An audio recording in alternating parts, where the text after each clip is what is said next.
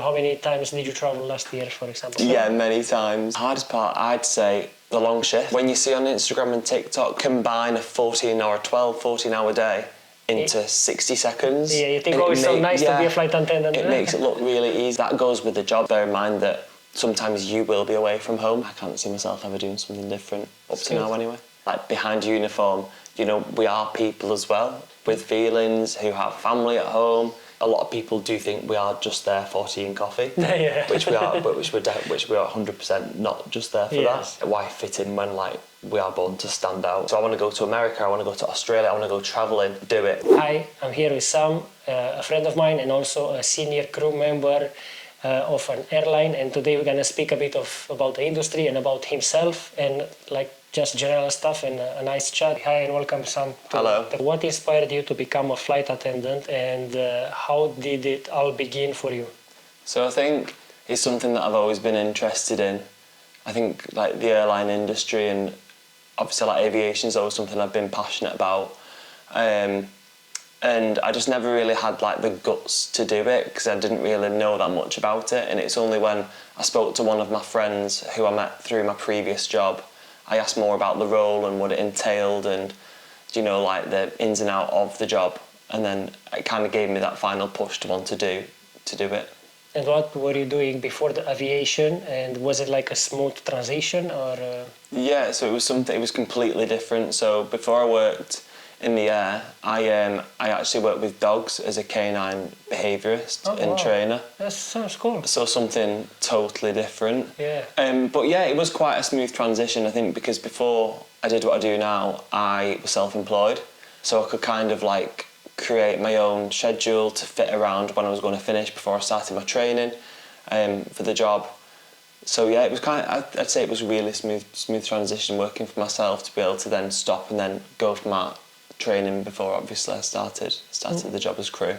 Yeah, and maybe like also you're dealing with the owners of the dogs, no? I mean, Yeah, like yeah, we're still dealing with people a bit, no? And yeah, you know? Absolutely, yeah. So yeah. it's not something like you're probably totally out of speaking with other people, and after you just came to a very social position, no? It was still social there and here as well. Yeah, definitely. I think because you build that rapport with like your clients. Was there a moment when you knew this career is for you?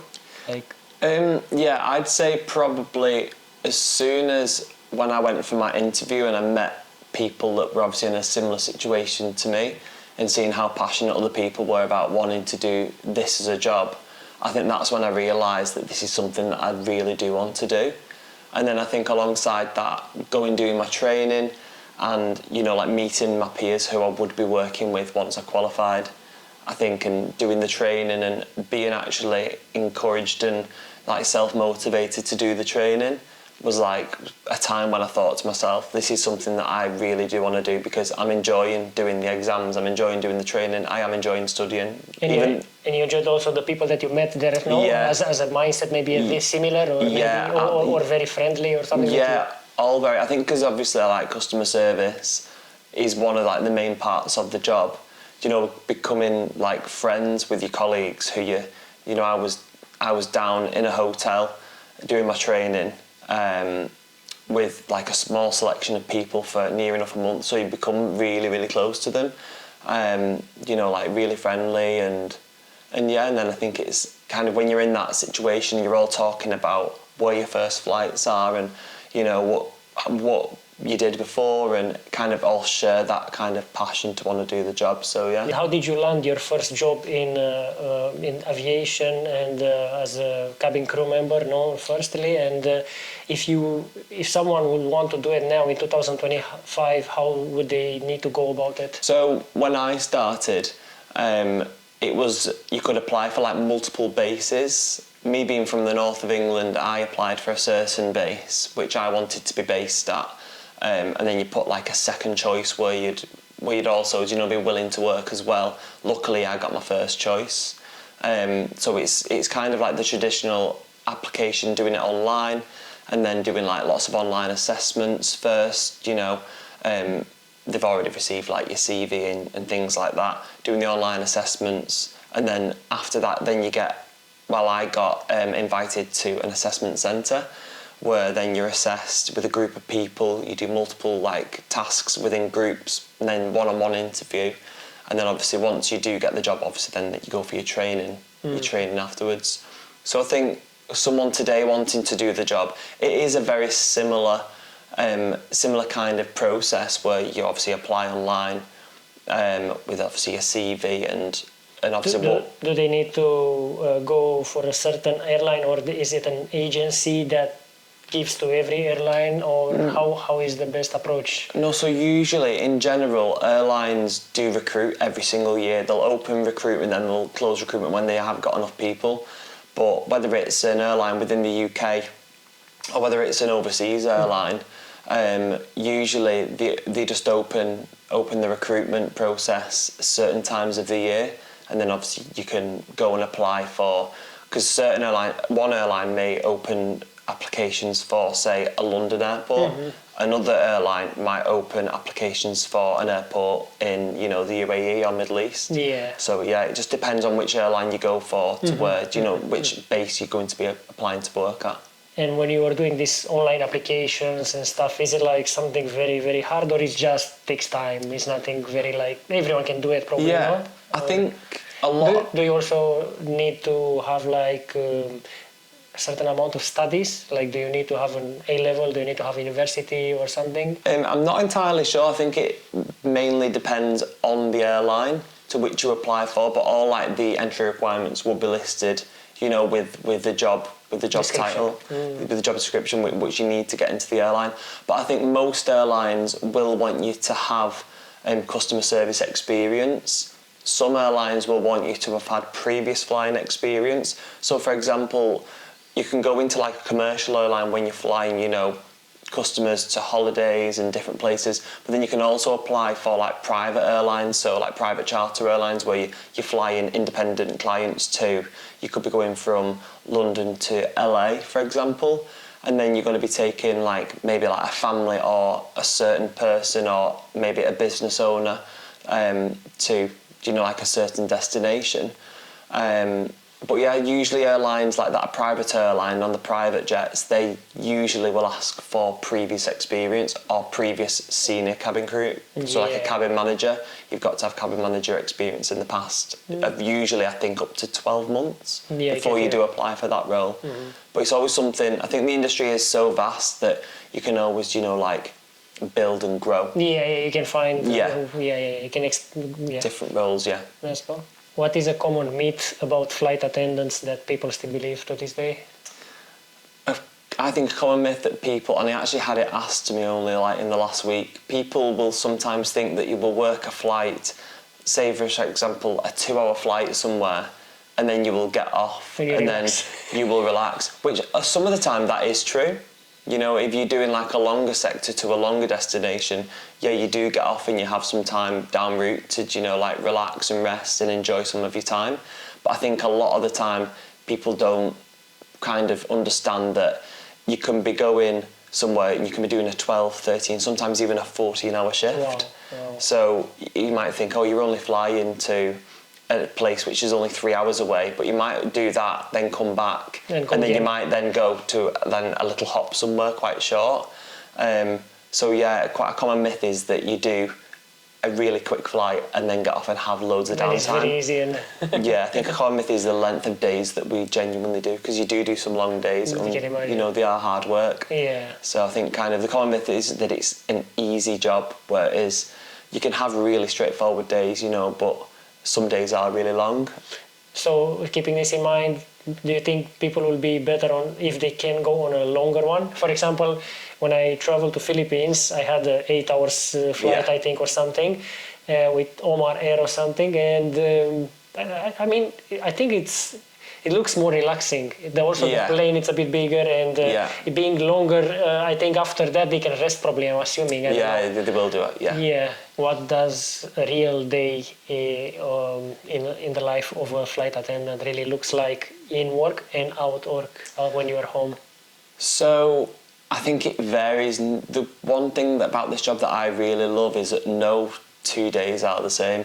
So one day you can be going to a destination, turning the aircraft around and then coming home, and then being home for that evening. the next day you could be flying somewhere else, then you could be staying there for up to 3 days. So each day is different, and I'd really like the fact that you fly with different people all the time.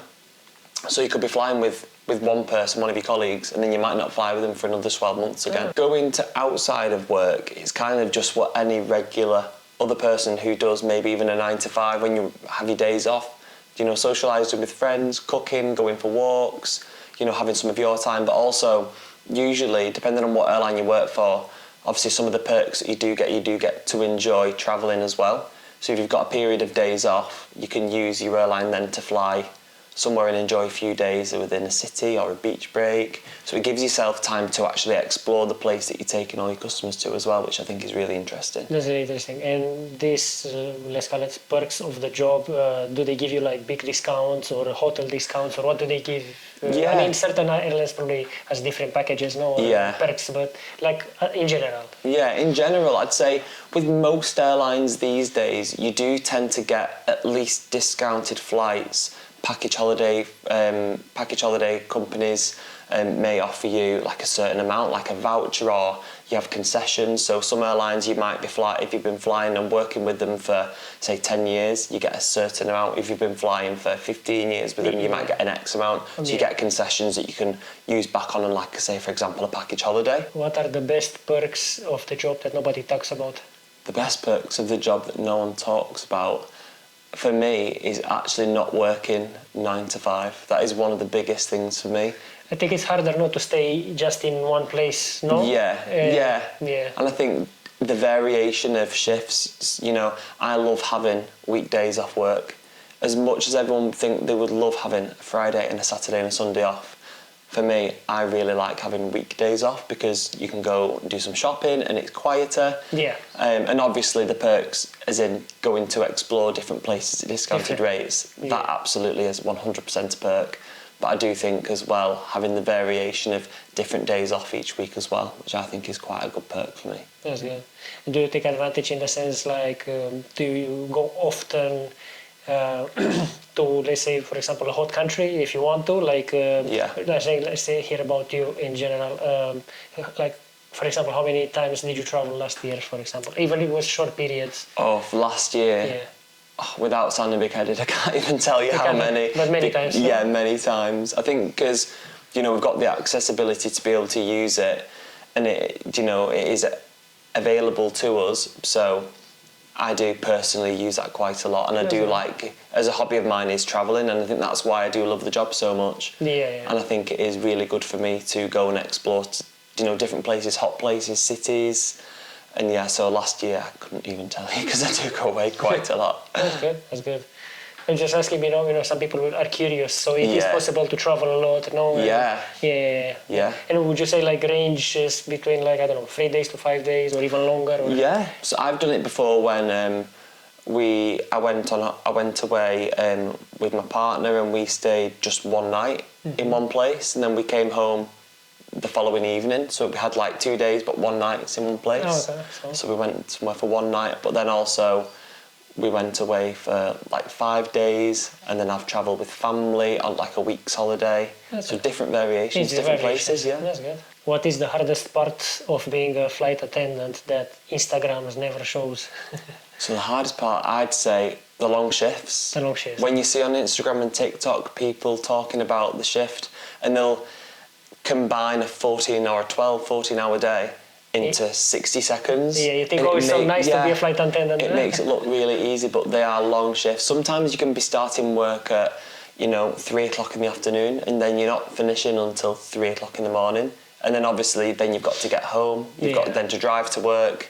So I think that is probably one of the biggest things Instagram doesn't show. Have you ever had a scary or emotional, intense moment during a flight? I'd say, I think because we are so, whatever company you work for, you are so well trained, and you are trained to deal with like a number of different scenarios, whether that is like a medical emergency or a general emergency, whether that's something with the aircraft or delays, etc.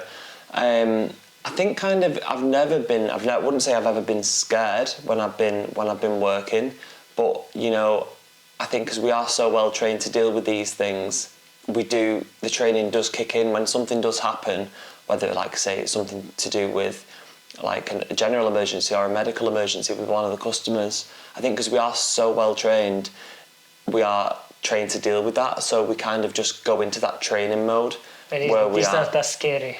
Yeah, and I think kind of because you are well trained, you know what you're doing. Yeah. We do deal with things really well, I think, as crew.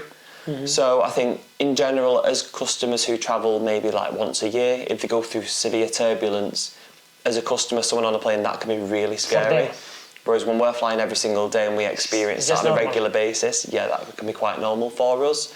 You know, I think obviously we do deal with, like I've mentioned, medical emergencies. So that could range from someone just as simple as fainting to someone being severely poorly, to the fact that we have to then divert the aircraft en route, you know, to be able to get further assistance. Wow. Yeah.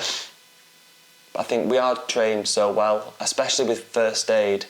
We're trained, you know, we are trained to deliver babies, which a lot of people don't realise. People don't realise that we're not trained as well as midwives. Yeah, but still it's something there you can handle it, no? In case it happens. If it happens, we are trained to deal with emergency childbirth, which is something that I've never come across yet, but if it was to happen, we are trained to deal with that, good. So we can do that. Yeah. How do you cope with constant travel and being away from home? Does it affect your mental health or relationships?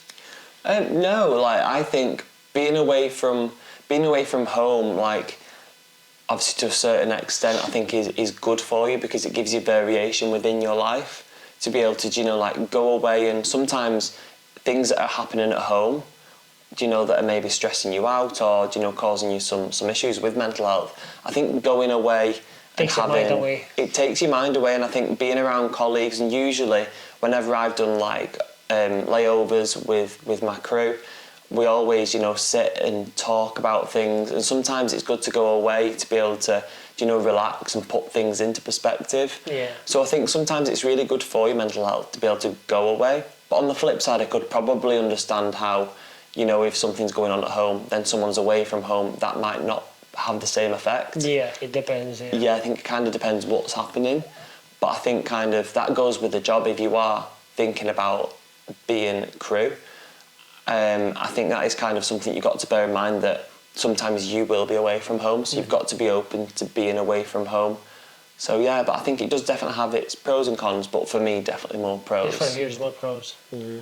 Yeah. And I think sometimes maybe if you're away, sometimes maybe, you know, the family, the friends, maybe they'll miss you more. Yeah, maybe, you're away, yeah. Appreciate me more when I'm home, absolutely. I'd like to think so. Yeah. You worked your way up into the management roles in the airlines, and how did you do this, and how other people maybe that they're in this industry can also do this? Yeah, so I think because of my previous job, when I worked for myself, I did used to have staff working for me. So I had previous experience, you know, managing staff, which definitely helped. And I think when I started the role, because I was so passionate about my job, and I really did enjoy it. And I think as a person, I am like very like career focused, and you know, I always want to kind of like go higher in my role and do your best all the time. No? Absolutely, kind of like, you know, try and achieve more where I can. So I think when I applied for the senior role, and like obviously being a senior cabin crew member, or cabin manager or purser, as different kind of airlines call it, different things. I think for me to push myself to that role was, you know, like shadowing other senior crew members before I was a senior crew member, you know, ask them questions, kind of research the role and ask, you know, see what extra roles and responsibilities that kind of had, and always, you know, like just push yourself to do more, and you know, do extra things on board, you know, kind of like I say, shadow other senior crew members. And then when you feel up to it, usually each airline has a certain amount of time that you have to be mainline crew before you can apply for a management role. Mm-hmm. But kind of when you pass that point, and I think as a person, I think when you feel ready within yourself to kind of push yourself to do that, I think you know yourself when you're ready to kind of take on that management role. Feel it, no? Yeah. Mm-hmm. So how you said, maybe a very important thing is shadow others. So it's also a bit like not copying, but like copying their behavior or understanding, no? Like, Yeah. I think it helps, I think, no? Absolutely, and I think understanding the role as being like a senior crew member is that you have overall, you're in overall charge of the aircraft cabin. Yeah. So it's a lot Responsibility. a lot more. Yeah, there is a lot more responsibility in terms of overall responsibility of that cabin, and then obviously you're kind of within communication with the pilots. I think kind of as a senior crew member, you've got a lot more communication that you need to make sure that you have with the pilots and also with ground staff when you're on the ground. So it's a lot more like admin and a lot more, you've got to be a lot more organised. Yeah. I think as crew anyway, we do have to be organised. But and, even more in the leading timekeeping. position. Yeah, I think just being like kind of in charge, you've got to make sure that everyone's doing the job correctly and safely and to standards, and yeah, kind of just being a manager really. Can you give me some advice? What can I do to kind of boost me to this role? Some airlines will recruit directly for senior crew member roles.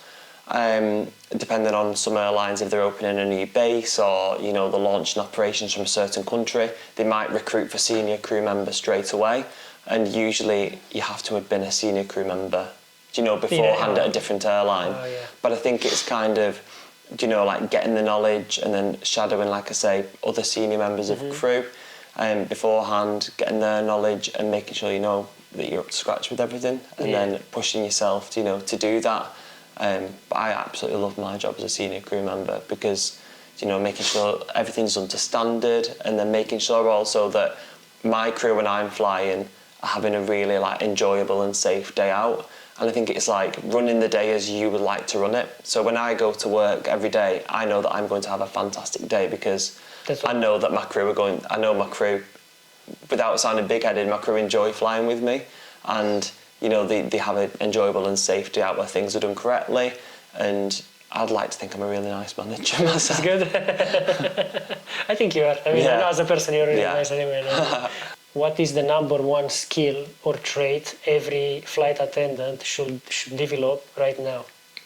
I think most airlines, if you're looking to go and do the role as crew, customer service, absolutely customer service is something that all airlines want you to have had experience doing before you start.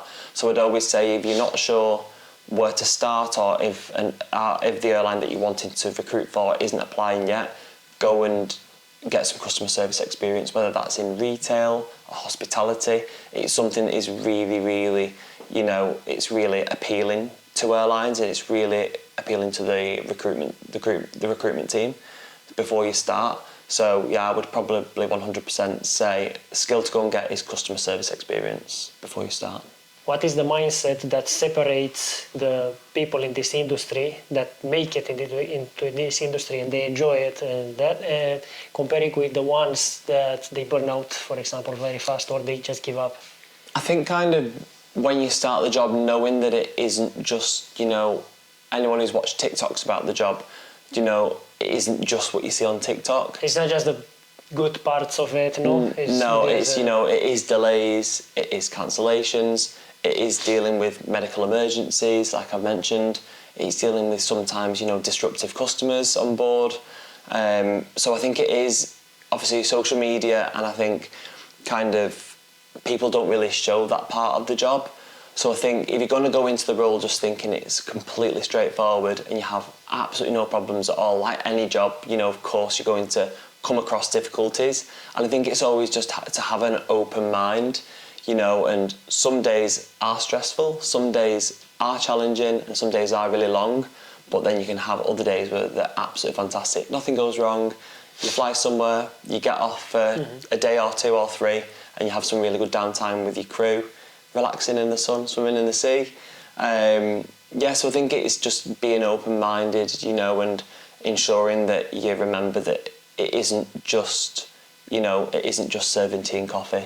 Yeah. It's not just all sunshine and flowers. No. It's, you don't go... I always tell people if they're thinking about, the role, should I do it, should I not? I always say, you don't go and do, say, for example, 4 to 6 weeks training to teach you how to, pour coffee and serve food. You go and do... The majority is, emergency first aid, your obviously emergency procedures, learning, because obviously whatever airline you're at, you might be working on different aircraft types with different configurations where your emergency equipment might be in different locations. So you've got to be able to remember that if someone's having a heart attack, right, I need to know where my defib is, I need to know where my oxygen bottle is, you know, and I need to go from the role of pouring tea and coffee into straight away, and now I'm a paramedic, you know. I get it.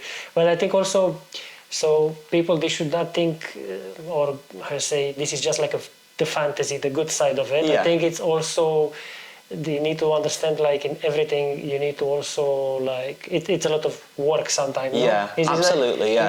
It's not just easy, I'm gonna become a flight attendant because it's easy or comfortable. Absolutely. It might actually not be, no? No, some days are really easy, but some days, you know, like I said, like, you can have a moment where you're absolutely working at a pace where it's absolutely fine, chatting to people, asking them if they've had a nice holiday, where have you been, how long have you been there, and then all of a sudden within a flip second, you know, you can be then like a firefighter or a paramedic or dealing with, you know, potential emergency on board.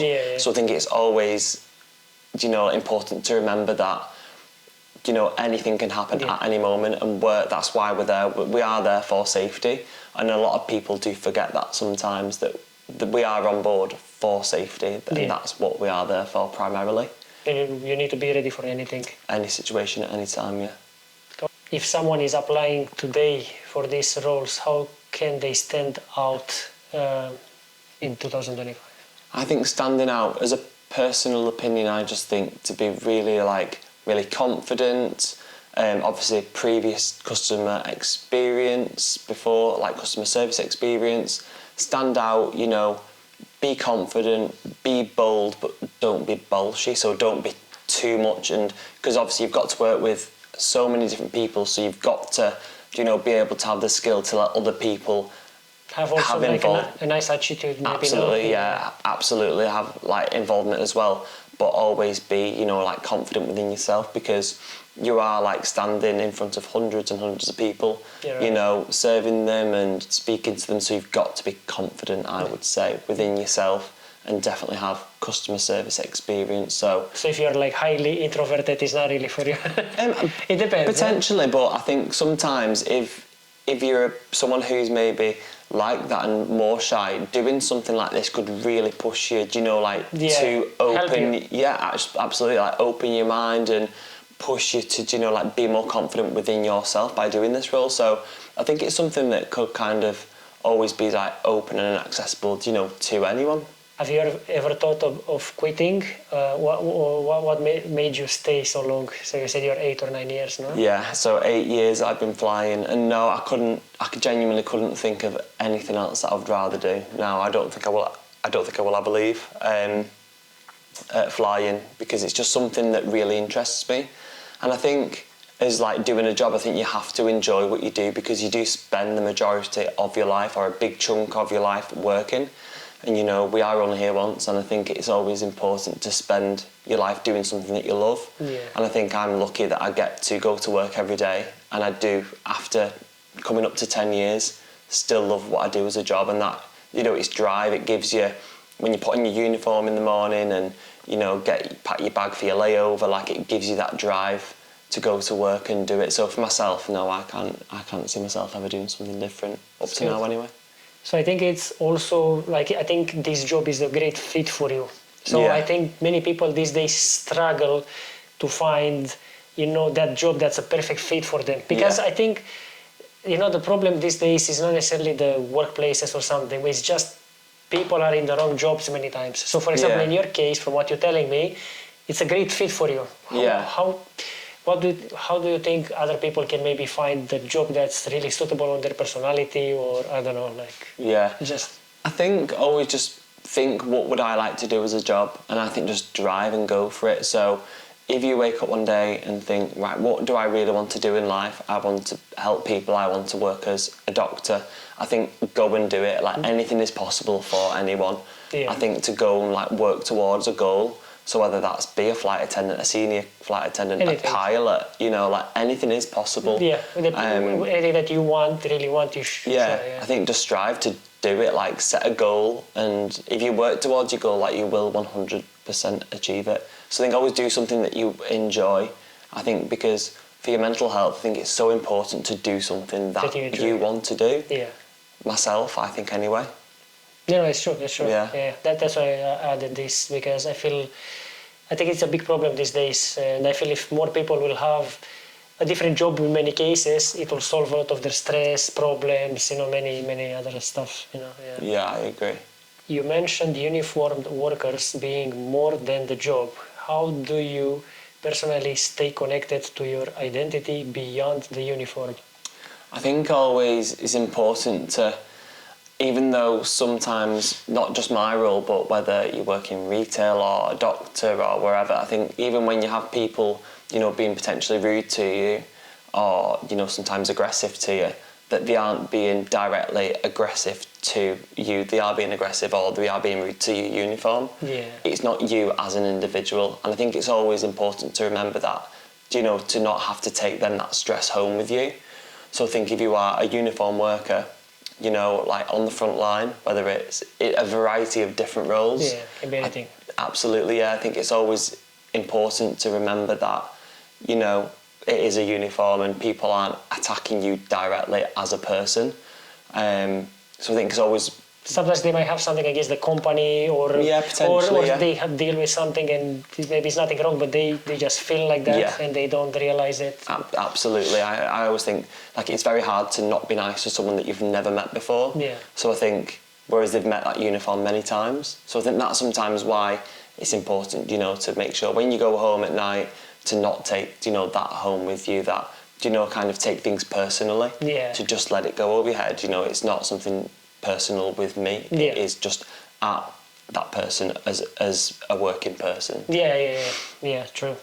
What's something that passengers don't realize about flight attendants as people? I think sometimes that, you know, like behind, like I've said previously, like behind uniform, you know, we are people as well with feelings, who have family at home, who have troubles, who have fantastic times as well. So I think it's always like important to remember that, you know, behind that uniform that there is a person, and like I've said, it's always important whether you're a uniformed worker to be able to not take things personally when you go home, and also sometimes like the length of shift that you might have had. So you might have, you know, done an outbound flight somewhere and then be operating that flight home.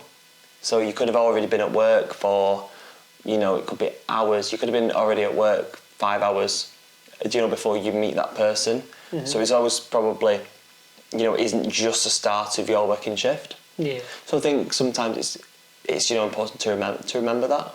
Yeah. So maybe people, like the passengers, to remember that the flight attendants might not be at the first flight. They might be on a longer shift or maybe stressful. They're also humans. Yeah, So absolutely. So that's the main. Okay. Yeah, definitely. How has this job shaped your personality or changed you over the years? I think myself personally, I think it's just made me like really a lot more social. I think it's made me a lot more confident. Public speaking, like beforehand, I always thought, like years ago, if you told me that I would have stood in front of, you know, hundreds of people, introducing myself and, you know, telling them where they're obviously going on the holidays and where they're going on the flight, like years ago that would be something for me that would have been really hard for me to do. Whereas now, like I'm a lot more confident within myself. So I think it's really shaped me be a lot more of a confident person. It's kind of like pushed me sometimes outside of my comfort zones, which I think makes you grow as a person. Yeah, always. When you like push yourself, like, you know, to somewhere where it might be a little bit scary for you to do. But I think like now, obviously, like I'm a senior crew member, which for me, like I'm so proud of myself for doing that. You know, like being in charge of a team and, you know, like pushing me outside of my comfort zone, I think is really, really, you know, something that I'm so grateful for the role for like kind of making me like self-grow as a person. How do you handle being treated unfairly by customers maybe, or maybe sometimes other crew members? I don't know, maybe this is not happening. I think it's just important to remember that it isn't an attack on you directly, and always just remember that we are trained to deal with these situations. You know, we do a lot of training in, you know, like de-escalation. So we are trained to deal with, you know, de-escalation techniques, how to, you know, like deal to bring things down. And I think listening to people's problems as well, because sometimes what someone is actually telling you might be actually quite important to them. Yeah. So like listening to them, you know, not everyone that gets on a plane is going on holiday. Yeah. You know, and I think it is important to remember that someone might be going for a family event, it could be a funeral. So sometimes it isn't, you know, like it isn't just someone going for their 2 weeks all inclusive in the August holidays. Sometimes it can be for different reasons. So I think it's always to remember de-escalation techniques. Remember it's not an attack on you directly, and to also think about the bigger picture, like something might be going on with them that you're unaware of, they might be in a bad situation, and maybe just always trying to be kind. And I think that's, if you're kind with someone, I think then it does, and listening to them, actively listen to someone, I think it does really help de-escalate. Yeah, you know, like disarms them a bit. absolutely, Yeah, absolutely. and they feel heard a bit. And yeah. Absolutely, yeah. What is one moment in your career that tested you emotionally more than anything? So I think sometimes it's like listening to also colleagues and things that maybe, you know, like colleagues are going through at home, or, you know, like listening to people's, you know, like problems, and sometimes being like also like a bit of a counsellor as well, you know, like people speaking about like their worries and stresses. And then, you know, when you're flying back on a long flight from somewhere and it's 3 o'clock in the morning and there's two of you chatting together, sometimes giving people life advice. I think when you're in such like a confined space on board of an aircraft, I think it really gives you that skill as well to be able to, you know, like listen to people's problems. And be there for them. Absolutely. There's like a support system for them and them for you as well. Absolutely. And I think part of like my role as a senior cabin crew member is when any of my crew have issues or problems, you know, it is my job to help them and deal with it and lift them up. Absolutely, lift them up, motivate them. Like my job is to be motivational, because if I'm not motivated, my staff aren't going to be motivated. Yeah, true. So they'll I look think at you for this. Yeah. Absolutely. So always be positive and always like listen to people and try and help people, you know, and actively listen to when people are talking about sometimes raw subjects. Yeah. I think also as well, being like emotionally available for obviously your crew, but also like customers as well, when like being their rock for them, you know, because like when you're in that confined space, you know, when they turn to you and need help, having to be that rock to be able to, you know, for someone, whether it's a customer or whether it being one of my staff, to be able to, you know, unload and talk to and trust. So I'd probably say that, like being emotionally tested for, you know, like for someone to feel like they can trust me and being the rock there for someone, which I think is, What's one thing about the airline industry that you wish you could change overnight? So one thing that I'd probably change is people's insight to the role. So making sure that you are aware that it isn't just what you see on social media, making sure that you are clear that, you know, like all the training that you have to do and how like intense the training is, which I think absolutely it should be, because we are there for safety. So I think one thing I would change is people's kind of insight and people's outlook on our jobs, that I think we do get massively like forgotten about when there's, and I think you are only kind of, the insight into our actual role is only probably seen when something happens. So when you see on the news that there's been an emergency or there's been a tragedy, and I think that's kind of, and you see like the crew, like, you know, blowing the slides and evacuating the aircraft, I think that's kind of only when our roles kind of shine, if that's the right word. I'd probably kind of say that's the only time kind of when we're seen for what we are actually put on board that aircraft for. Yeah. So I think probably like to make sure that people don't oversee like the importance of our role on board, you know, and how you know, trained we are to deal with different situations. So I'd probably Yeah, probably that really, because I think a lot of people do think we are just there for tea and coffee, Yeah. which we are, but which we are 100% not just there for Yes, that. true. Yeah. I think it's very similar with the firefighter. They might not have any fire for 2 months. They just stay in Yeah. the unit there, Yeah. and maybe they train or something. Yeah. And people, they see them only when the fire comes out. Yeah, No? absolutely. You know, yeah, that's absolutely right. Yeah. What's your biggest life challenge outside of work, and how did you overcome it? I'd probably say outside my work life and my personal life, it was probably just feeling comfortable within myself. So as someone who's a gay man myself, I would probably say feeling comfortable in your skin. And I think the world has come on a long way, and I think we're at a point now where, you know, the world is a lot more, you know, open to different sexualities, etc. And I think it is really important now that, you know, like, people find it easier to tell their friends and family that they're gay or whatever. And I think kind of for me is one of my challenges as like a young boy growing up was kind of, you know, to kind of not feel like Normal. not feel like I'm different. Like, you know, like, it's okay. It is absolutely fine whether you're like a boy or a girl. Like, it doesn't matter. Yeah. And I'd probably say I wish as a young person I'd have never put as much pressure on myself to try and fit in. So you say that was a challenge, you know, trying to fit in a Yeah. way. Especially as when you're younger, no? And when you care, you know, usually when you're younger, you care more about what other people think. But as you grow, you're like... You know. Yeah. Like, I always like, one of the things I always think is like, you know, like, why fit in when, like, we are born to stand out, like, be different, Yes, you know, yes. be a bit eccentric, like, be yourself. True. I actually have a tattoo about that, like, you know, like, being yourself and, you know, like, don't hide who you truly authentically are, because I think you should just be yourself all the time. Definitely. Yeah, that's good advice. Yeah.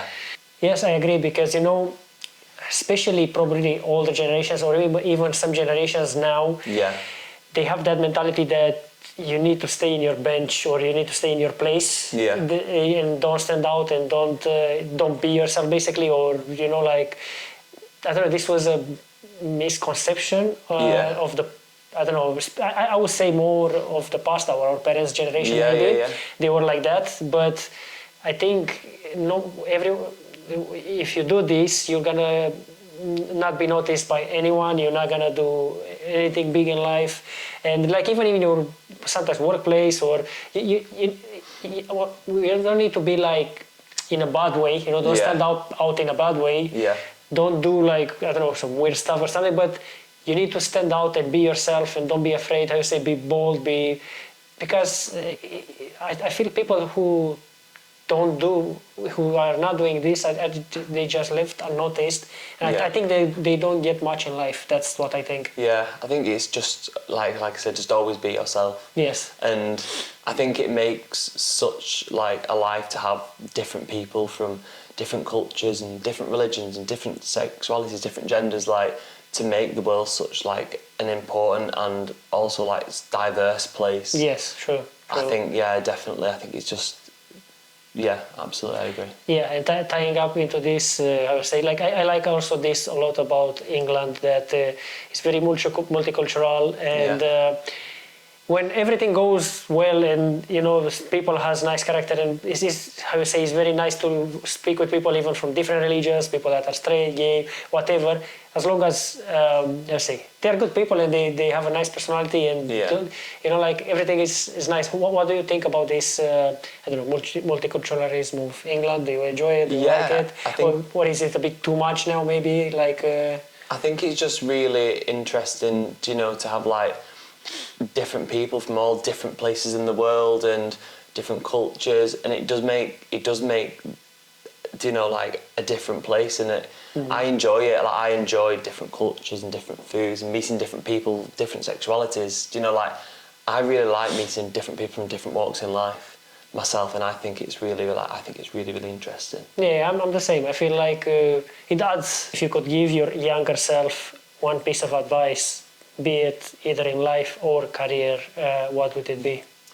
I would have probably, if I had to do things differently now, I would have probably, when I left school, I would have probably gone straight to college, And then as soon as I was able to, I would have probably then gone and worked abroad for a while myself. It's something that I didn't do, and I wish I did. So I've gone and been maybe a travel rep, gone and experienced some time abroad. And I think that's always, if that's something in someone's mind, like I want to go to a place, or I want to go to America, I want to go to Australia, I want to go travelling, You should do it. If you think I might want to do it, go and do it, because we're in a place now where if you get there and think it's not really for me, you can come back. Get on a plane and come home. Absolutely. So I think always, instead of doubting and thinking, shouldn't I, just go and do it. Sure. Do it and then regret it afterwards. 'Cause I think you never regret what you've.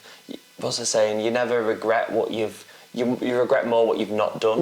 Rather than regret what you've done. I'd rather regret what I've done rather than regret thinking, I wish I'd have done that. Yes, true. So I'd say that always push yourself to do something. If you want to go and do it, go and do it. Sure. And even if it's a mistake, sometimes you see that from the mistake, at least you're gonna learn something. Yeah, definitely. You get me? But if you don't do it, you don't learn the mistake, or you're not even learning anything if you don't do it. No, because if you go and do it, at least then you've learned something that's not for me. Exactly. So then in your mind, you know that you've not missed out because you've not really seen it.